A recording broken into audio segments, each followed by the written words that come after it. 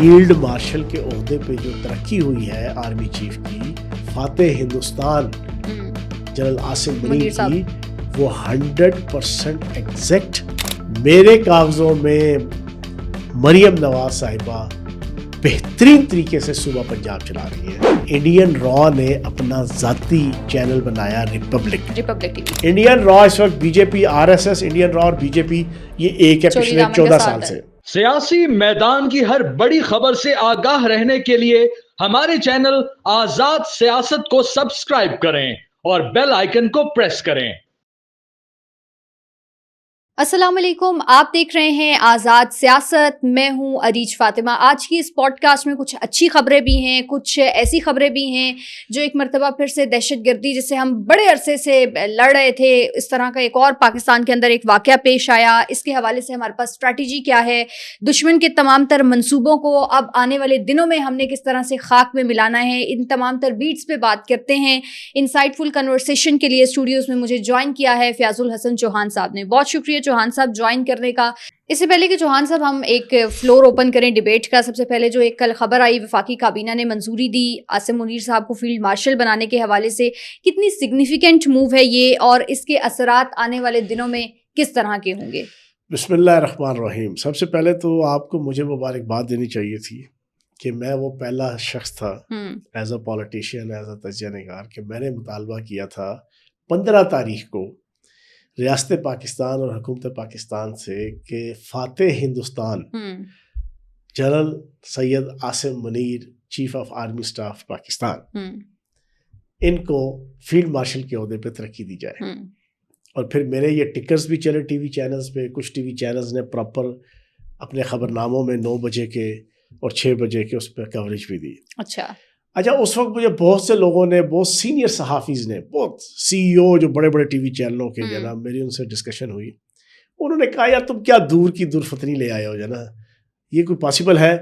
میں نے انہیں کہا تھا کہ میری فورسی کہہ رہی ہے کہ یہ اگلے کچھ ہفتوں کے اندر اندر یہ چیز مٹیریلائز ہوگی، ہونی چاہیے، اور اس مطالبے کے اندر پوری پاکستانی قوم آمنا و صدقنا کہے گی۔ 5 دن بعد ہی جناب ریاست پاکستان نے اس چیز کو سمجھ لیا۔ تو میں سمجھتا ہوں کہ فیلڈ مارشل کے عہدے پہ جو ترقی ہوئی ہے آرمی چیف کی، فاتح ہندوستان جنرل عاصم منیر کی، وہ 100% ایگزیکٹ، کریکٹ، آپٹیمل اور اپروپریٹ ہے اور مناسب ہے۔ ٹھیک ہو گیا۔ جو پاکستان کا قانون ہے اور جو فوجی قوانین ہے اس کے مطابق اس کو کہتے ہیں 5 اسٹار جنرل۔ بالکل، 5 اسٹار جنرل فیلڈ مارشل اس کو بنایا جاتا ہے جس آرمی چیف کی قیادت میں پاکستان کی آرمی کوئی جنگ جیتے گی تو ملک کا قانون اور آرمی کے قوانین یہ کہتے ہیں کہ اس کو ریاست پاکستان ترقی دے گی اور 5 اس کو فیلڈ مارشل بنانے کی ایلیجیبل ہوگی، اور وہ بھی ایلیجیبل ہوگا فیلڈ مارشل بننے کا۔ تو مجھے آپ یہ بتائیں کہ آج جب کہ پاکستان عزت، وقار، احترام، ڈگنیٹی، رتبے، حوصلے، جذبے، کامیابی اور ہر پازیٹیو ایکٹیویٹی کے حوالے سے انٹرنیشنل پالیٹکس کے اندر، ریجنل پالیٹکس کے اندر ٹاپ آف دا لسٹ کھڑا نظر آ رہا ہے، کس کی وجہ سے؟ جنرل عاصم منیر کی وجہ سے۔ تو میرا خیال ہے کہ وہ ڈیزرو کرتے تھے۔ بالکل ٹھیک فیصلہ ہے۔ میں خراج تحسین پیش کروں گا پریزیڈنٹ آصف زرداری کو، وزیر اعظم شہباز شریف کو، کہ انہوں نے یہ فیصلہ کر کے 25 کروڑ پاکستانیوں کا سر فخر سے بلند کیا، اور ادھر کے جو ہندوتوا کے علم بردار جو انڈین را اور آپ کی آر ایس ایس سرکار اور آپ کی اجیت دیول سرکار، ان کے دلوں پہ مونگ دلی ہے، ان کے سینے پہ، بالکل ٹھیک فیصلہ کیا۔ اچھا چوہان صاحب، آج صبح ایک مرتبہ پھر سے بلوچستان کے علاقے خوزدار میں دہشت گردی کا واقعہ پیش آیا اور نشانہ بنایا گیا اسکول بس کو، جو کہ انتہائی بزدلانہ حملے کیے انہوں نے، اور معصوم بچوں کو نشانہ بنانا۔ متعدد بچے اس وقت زخمی ہیں۔ اے پی ایس کے بعد میرا خیال ہے کہ یہ دوبارہ ایسا دوسرا واقعہ ہوا ہے جب بچوں کو ٹارگٹ کیا گیا ہے۔ تو یہ بھارت ہمیشہ سے، یا اس کے اندر چونکہ بی ایل اے نے میرا خیال ہے اس میں ابھی تک اس کی ذمہ داری بھی قبول کر لی ہے، تو یہ بچوں کو کیوں ٹارگٹ کرتے ہیں، اور اس حوالے سے پاکستان کے پاس کیا اسٹریٹجی ہوگی؟ ایک بات تو اپنے ذہن میں رکھ لو اور پوری پاکستانی قوم ذہنی طور پہ تیار ہو جائے، ہمارا دشمن انتہائی غلیظ، ذلیل اور رذیل ہے. اس سے بھی گھٹیا الفاظ میں استعمال کر سکتا تھا، لیکن میں اپنے اس پروگرام کے ڈیکورم کی وجہ سے میں نہیں کر رہا. انہوں نے اب اپنی شکست کا بدلہ لینے کے لیے ایک نئی اسٹریٹجی بنائی ہے، ڈاکٹرائن آف ڈسٹریبیوٹیڈ ڈینائل. یہ انڈیا نے ایک نئی پالیسی ترتیب دی ہے پاکستان کے خلاف اپنی شکست کا بدلہ لینے کے لیے. اس میں یہ کر کیا رہے ہیں؟ کیا کر رہے ہیں؟ 1 مئی سے لے کے 21 مئی آج ان 21 دنوں میں 21,780 سوشل میڈیا کے اوپر بلوچوں کے نام پہ جعلی فیک سوشل میڈیا اکاؤنٹس بنے ہیں. بالکل بنے. یہ میری بات سن لیجیے گا. 21,780 نام. کوئی فاطمہ بلوچ، کوئی فلاں بلوچ، کوئی عبداللہ بلوچ، کوئی کریم بلوچ، کوئی فلاں بلوچ. اچھا، یہ تمام کے تمام اجیت دیول نیٹ ورک ہے. 98% ہندو ہے. ان کا پروفائل پکچر اور پروفائل آئی ڈی وہ بظاہراً آپ کو جناب کلات کا، کوئٹہ کا، خزدار کا اور بلوچستان کے مختلف ڈسٹرکٹ میں ملے گا. لیکن جب آپ ان کی لاگ ان پنگز میں جائیں گے، جو ایک ٹیلی کمیونیکیشن کا اور ایک نیٹ کی ایک ٹرمنالوجی ہے، جب آپ اس میں داخل ہو کے انویسٹیگیشن کریں گے تو پتا چلے گا کہ کوئی نوئیڈا سے، کوئی بنگلور سے، کوئی پونا سے، کوئی جلندر سے، کوئی بھٹنڈا سے اور کوئی بمبئی سے، وہاں سے جناب ڈیل ہو رہا ہے، وہاں سے ٹیکل ہو رہا ہے. اسی طرح کے پہلے انہوں نے ہزاروں بلوچستان کے نام پہ، BLA کے نام پہ انہوں نے جعلی بنائے ہوئے اور اربوں روپے کی انویسٹمنٹ ہے. دوسری انفارمیشن سن لیں. میری انفارمیشن کے مطابق پچھلے 25-30 دنوں کے اندر انہوں نے پاکستان کا جو بارڈر ہے بلوچستان کا افغانستان کے ساتھ، افغانستان والی سائڈ کے اوپر جو نیٹو اور امریکہ جو بینکرز جناب بڑے بڑے کئی 100 فٹ گہرے وہ چھوڑ کے گئے تھے، انڈیا نے کروڑوں روپے کی مالیت کے ٹاپ کلاس کے ڈرونز، اور ڈرونز بھی وہ کہ جو صرف سرویلنس نہیں، جو سرویلنس اور سٹرائک دونوں کیپیبلٹیز رکھتے ہیں جناب، وہ انہوں نے دیے. وہ دھڑا دھڑ وہاں پہ ڈمپ ہو رہے ہیں.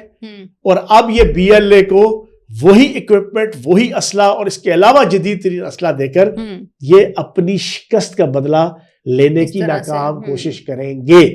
یہ خزدار کا واقعہ، یہ بزدلانہ واقعہ، یہ اسی کی ایک کڑی ہے. پوری قوم ذہنی طور پہ تیار ہو جائے. ابھی آج سے 4 دن پہلے TTP کے کمانڈر نے ڈرونز کے ذریعے سے حملہ کیا ہماری شہری آبادی کے اندر، وہاں 2 معصوم بچے شہید ہو گئے. ایگزیکٹلی اب انڈیا کی جرت نہیں ہے وہ دوب دو پاکستان کا مقابلہ کر سکے، نہ اس کی بحریہ کی، نہ اس کی بری فوج کی، نہ اس کی فضائیہ کی. وہ تو ٹکا کے ان کو پتا چل گیا ہے کہ وہ تو آنا ہی نہیں چاہتے نا، وہ ٹکے آنے کے نہیں ہے پاکستان کی تینوں افواج کے سامنے. جذبوں کے حوالے سے، حوصلوں کے حوالے سے، ٹیکنیکس کے حوالے سے، جرت کے حوالے سے، ہمت کے حوالے سے، پلاننگ کے حوالے سے، اسٹریٹجی کے حوالے سے، صلاحیت کے حوالے سے، نیت کے حوالے سے، تربیت کے حوالے سے، اب انہوں نے یہ غلیظ قسم کا چانکیا کی سیاست، عمر و عیار کی سیاست کہ ہمارے ملک کے اندر پیسہ لگا کے، ڈالرز لگا کے، لیکن اس پہ بھی انشاءاللہ پاکستان کی افواج اور پاک فوج بڑی جرت اور بڑی ہمت سے لڑے گی اور 100% پاکستانی قوم ان کے ساتھ کھڑی ہوگی. ٹھیک ہے، تھوڑی سی انٹرنل پالیٹکس پہ بات کرتے ہیں. فیصل وافدہ وہ شخصیت ہیں جو خود کو اسٹیبلشمنٹ کے ترجمان کے طور پر پیش کرتے ہیں، اور ہم یہ دیکھ رہے ہیں کہ مریم نواز اور نواز شریف کے متعلق بڑی سٹیٹمنٹس دے رہے ہیں، ان پہ اٹیک کیے جا رہے ہیں. اس حوالے سے آپ کیا کہیں گے؟ اچھا، میں آپ کو ایک ذاتی طور پہ بتاؤں، اب میرے ماتھے پہ کسی قسم کی کوئی انتہا پسندانہ پولیٹیکل ویوز کی نہ پٹی ہے نہ اینک ہے، جو 17 سال ہم نے پہنی رکھی PTI کے پلیٹ فارم سے. اب اتار دی. میں اب بڑے کلیئر طریقے سے آپ کو ایک انالیسس دوں گا. جی. پہلی بات تو یہ ہے کہ فیصل وڈا میرا بھائی ہے، اب نارمل سی شخصیت ہے. اچھا. سیاسی بیک گراؤنڈ کوئی نہیں ہے، الفاظ جملوں کے اندر کوئی جناب آپس کا لنک نہیں ہوتا، سیاق و سباق سے آؤٹ باتیں ہوتی ہیں. ایک انسان ہوتا ہے نا گفتگو کرتا ہے, اس کی گفتگو سے پتہ چلتا ہے کہ وہ کتنا جاندار ہے, اس کا نالج کتنا ہے, اس کا علم کتنا ہے, اس کا دین اور دنیا کا علم کتنا ہے, گفتگو کا انداز کیا ہے, تجربہ کیا ہے, پیشنس کیا ہے, وہ پتہ چل جاتی ہے اس کی گفتگو سے. بالکل بیچارہ فارغ ہے, وہ بالکل فارغ ہے ان چیزوں سے. اچھا اب اس نے ایک پچھلے کئی عرصے سے یہ ذہن اس کے حوالے سے بنایا ہوا ہے کہ وہ شاید اسٹیبلشمنٹ کا اسپوکس پرسن ہے. پہلی بات تو میں پنڈی میں رہتا ہوں, میں پنڈی وال ہوں, اس کا مطلب آپ جو مرضی نکال لیں. میں بڑا کلیئر آپ کو بتا دوں, کوئی کسی قسم کا اسٹیبلشمنٹ کی اسپوک پرسن شپ یا کوئی ایسی چیز نہیں ہے, ان کے پاس نہیں ہے, ناٹ ایٹ آل. پہلی بات. دوسری بات, انہوں نے جو کمپیریزن کیا, نواز شریف کے اوپر کرٹیسزم کیا اور مریم نواز صاحبہ پہ, آج ساری دنیا حیران ہوگی اس پوڈ کاسٹ کے ذریعے سے. میرے کاغذوں میں تقریر, تحریر اور مینجمنٹ, پولیٹیکل مینجمنٹ, میں اس کا طالب علم ہوں.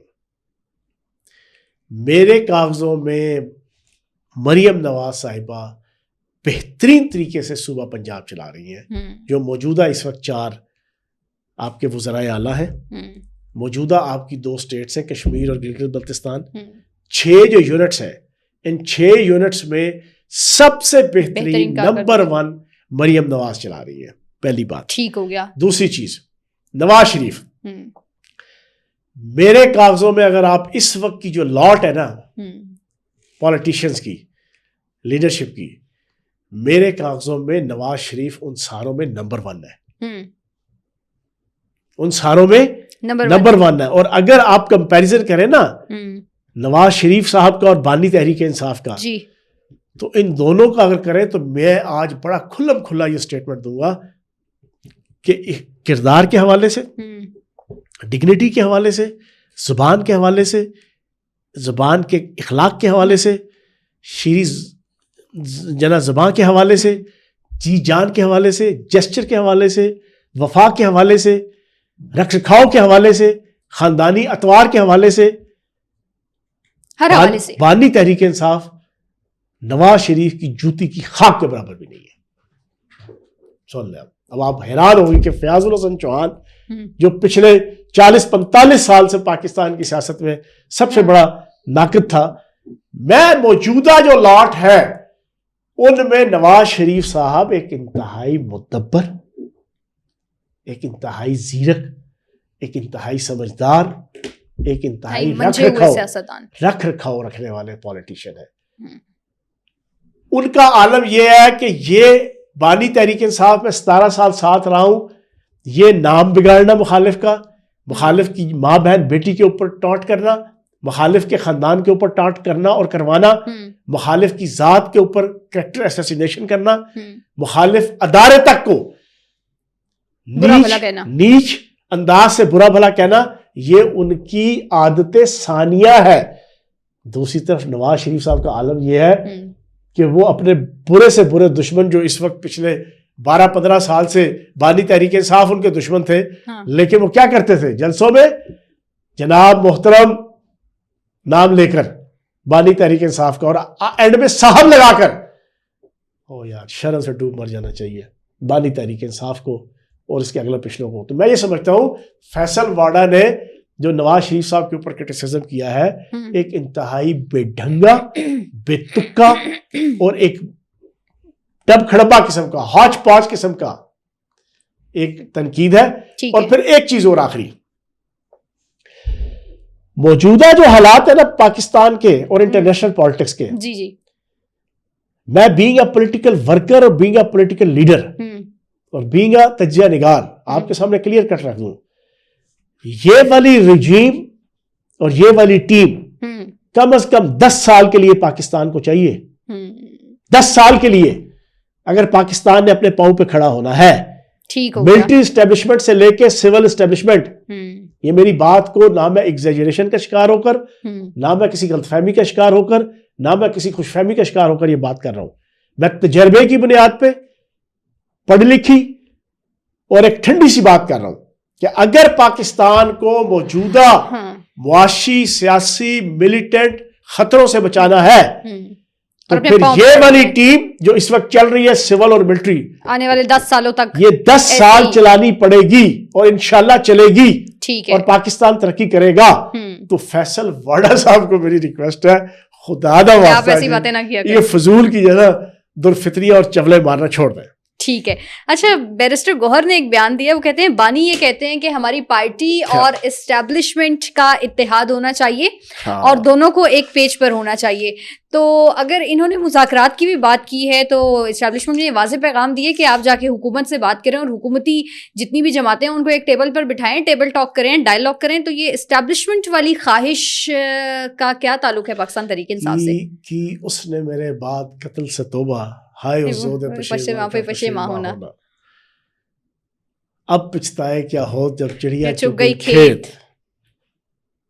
سر بات یہ ہے کہ جیب میں نہیں ہے ڈھیلا, دیکھنے چلے ہیں میلہ. تمہاری جیب میں کوئی ڈھیلا ہے یہ بات کرنے کا؟ تم نے اس فوج, اس کے جوان, اس کے افسر, اس کے آرمی چیف, اس کے شہداء, تو نے غدار کہا, میر جعفر کہا, میر صادق کہا, مسٹر ایکس کہا, مسٹر وائی کہا, جانور کہا, نیوٹرل کہا, اور پھر جو تیرے لیترے, جو آفیشل لیترے, تیری آفیشل ٹیم, میں آئی وٹنس ہوں, تو نے 13 مہینے اپریل 2022 سے لے کے مئی 2023 تک تو نے مہینے میں 3 دفعہ بلا کے اپنی لیڈرشپ کو بوٹو والوں کے خلاف, فوج کے خلاف, آرمی چیف کے خلاف نفرت دلایا کرتا تھا, اور باقاعدہ 2 سپیکر بٹھاتا تھا میٹنگ کے اندر جو بتاتے تھے کہ فوج کے خلاف بکواس کرتے تھے, فوج کے خلاف ہمت دیتے تھے کہ آپ لوگوں نے کس طرح فوج کے خلاف بولنا ہے, بوٹو والوں کے خلاف بولنا ہے. یہ ساری ٹریننگ دینے کے بعد اب خیرات لگی بٹنے. ہاں شرم نہیں آتی اب تجھے؟ اب تو کہتا ہے کہ فوج اور تحریک انصاف کو ایک پیج, فوج کو روٹی کو چوچی نہیں کہتی, نہ پاکستان کی ریاست نہ پاکستان کی اسٹیبلشمنٹ. تو اب جو تمہاری اوقات ہے تم اس اوقات میں رہو. تمہاری اوقات یہی ہے کہ تم نے قانون کا سامنا کرنا ہے, تم نے عدالتوں کا سامنا کرنا ہے.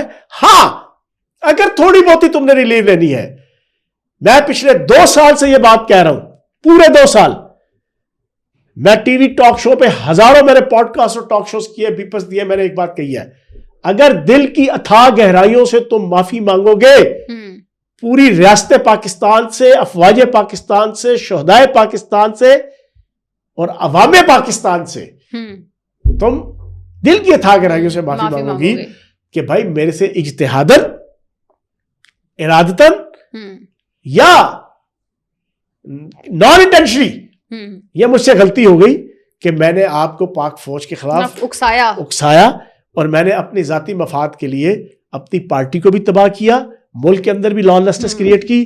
میں معافی کا طلبگار ہوں اور آئندہ ایسا میں کوئی ایکٹ اور کوئی پلاننگ نہیں کروں گا. پھر وہ بھی یہ کرنے کے بعد پاکستان کے پولیٹیکل پارٹیز کے ساتھ تمہیں بیٹھنا پڑے گا. شباب کبھی بھی بیٹھنے کو تیار ہی نہیں, بیٹھے گا, اس کے ابا جی بھی بیٹھیں گے, یہ بھی سن لیں. اچھا آپ بیٹھیں گے؟ بیٹھیں گے, وہ بیٹھا ہے تیار. اچھا وہ تو تیار بیٹھا ہوا ہے. بیٹھے گی؟ وہ نہیں بیٹھتی تھی نا, اب اسٹیبلشمنٹ نہیں بیٹھتی, وقت گزر گیا. میرے جیسے غریب بندہ تھا, اس نے اپنے دوستوں کو بڑک ماری, میری بادشاہ کی بیٹی کے ساتھ 50% شادی طے ہو گئی, اور کہا جاؤ تیری اوقات کیا ہے, جانا 2 ٹکے کا تو بندہ ہے, جانا تیری بادشاہ کی بیٹی کے ساتھ 50% کیسے طے ہوگی؟ اس نے کہا میں جھوٹ نہیں بول رہا, میں راضی ہوں, بس اس کو راضی کرنا باقی ہے. بادشاہ اور اس کی بیٹی راضی نہیں, میں تو راضی ہوں. ایگزیکٹلی بانی تحریک انصاف کا یہی مثال ہے. ویسے جب انہوں نے بات کی ہوگی تو ہنسی تو بڑی آئی ہوگی برسٹر گوہر کو کہ یار یہ جو میں بات کر رہا ہوں اس کے نتائج میں کیسے بھگتوں گا. ہاں ٹھیک ہے جی, ٹھیک ہے. اچھا ارنب گوسوامی کے متعلق بس تھوڑا سا شارٹلی اینڈ پہ بتا دیں, ان کے خلاف کوئی FIR ہوئی ہے اور وہ جس طرح کی اسٹیٹمنٹس دیتے ہیں, کانگریس پارٹی نے ان کے اوپر FIR کرائی ہے, اب معافی بھی مانگ رہے ہیں, وہ اپنے ٹیلی ویژن چینلز کے اوپر بھی چلوا رہے ہیں, لیکن اب لگتا ہے کہ ان کے بھی جو برے دن ہیں نا ان کا آغاز ہو گیا. اصل میں ارناب گوسوامی کے ساتھ میں نے شو کرنے شروع کیے تھے 2012 میں, آج سے 13 سال پہلے. یہ اس وقت ٹائمز ناؤ میں ہوتا تھا. پھر انڈین را نے اپنا ذاتی چینل بنایا ریپبلک ٹی وی. یہ انڈین را کا ذاتی 100% انڈین را کا ہے, ہے تو سارے کے سارے انڈین را کے اشاروں پہ ناچنے کودنے والے ہیں, لیکن یہ جو ریپبلک ٹی وی ہے یہ بنایا ہی انڈین را نے ہے اور اجیت دیول نے ہے, جہاں پہ ہر وقت جنگ کا بگل بجا ہوتا ہے پاکستان کے خلاف, بول رہے ہوتے ہیں نفرت, پاکستان کے خلاف چیخنا چلانا.